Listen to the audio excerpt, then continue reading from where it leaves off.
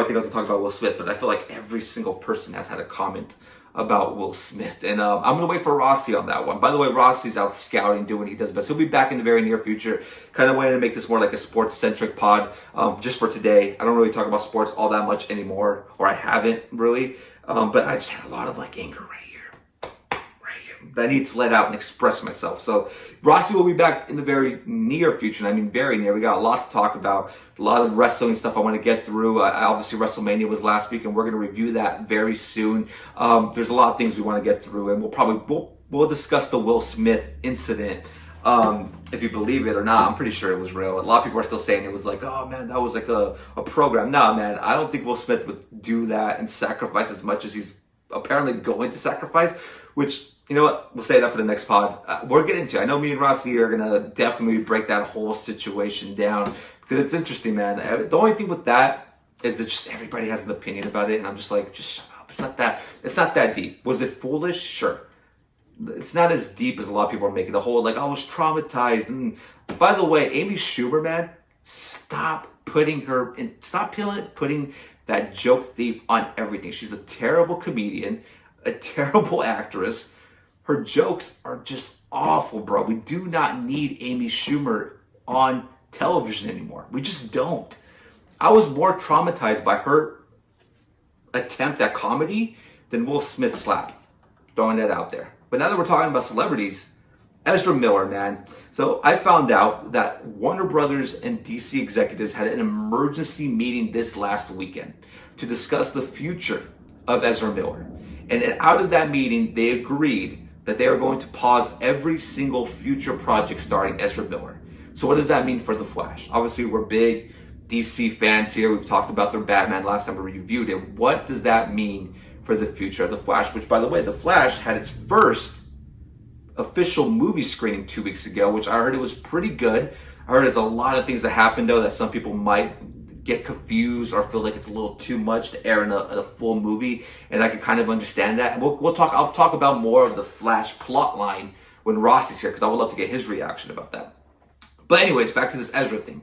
If you don't know, Ezra Miller apparently went crazy in Hawaii.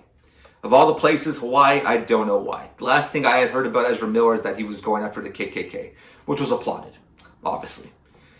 But then it comes out that he's in Hawaii going absolutely berserk, threatening people, getting in fights at karaoke bars because people are singing karaoke, breaking into people's households, getting restraining orders put on him.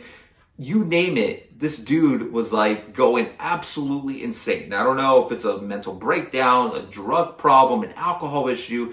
If it's one of those, I wish him the best. I hope it gets better. But DC and WB has fully decided that they're pausing everything for Ezra Miller, which has brought the question, will they recast Flash? I think it's too late to recast this new movie, which is, by the way, one of the most cursed film franchises of all time. It's getting up there, man. It's getting up there. You gotta remember, this kid was cast as Barry Allen in 2018.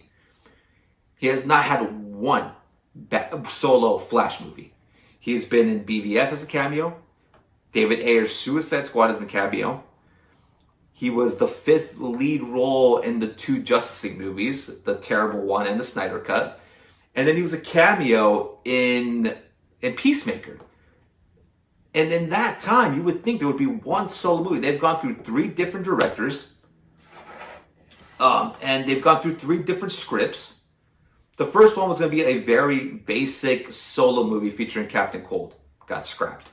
The next one was going to be a buddy cop Flash movie featuring Ray Fisher Cyborg. Scrapped. With the director from Dope. Scrapped.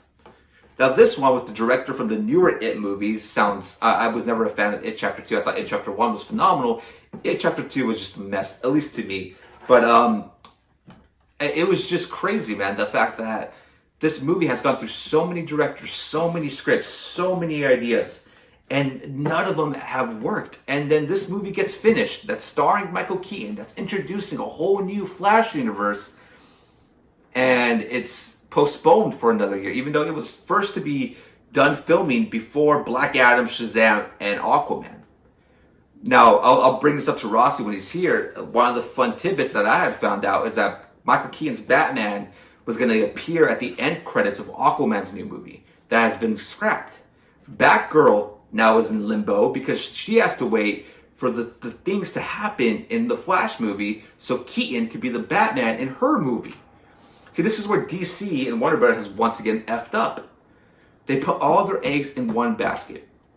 And that was the Flash movie for whatever fucking reason. They put all their eggs in there because they know the Flash and the timeline jumps and the Flashpoint and the Speed Force and et cetera, because they're hoping that is what essentially soft reboots their franchise. And I can tell you right now, we're on the road to possibly Crisis on Infinite Earths, ladies and gentlemen. So, yeah, Ezra Miller, I think he will not beat the Flash for much longer. I think he will get his movie, unless that movie gets thunderous reviews and has a massive box office and just kills it. Unless he gets help as well. First and foremost, Ezra Miller definitely needs some type of psychological help to get out of these situations. There's also rumblings that he was a headache on set of The Flash, that he had a lot of breakdowns and stuff like that. Those were unconfirmed, but it just came from like Warner Brothers sources. I first and foremost, I hope he gets the help he needs, but I do think that his career is slowly dwindling down. So it'll be interesting to see what happens next for Ezra Miller. I mean, kids, seek help, bro. You know, you're living a comfy life. You're doing all these movies. You're finally, as much as they keep pulling away the finish line of the Flash movie, you're essentially there, and they have to release the movie. I highly doubt they recast them now, because it would just be too much work to go back and replace them with like VFX or CGI.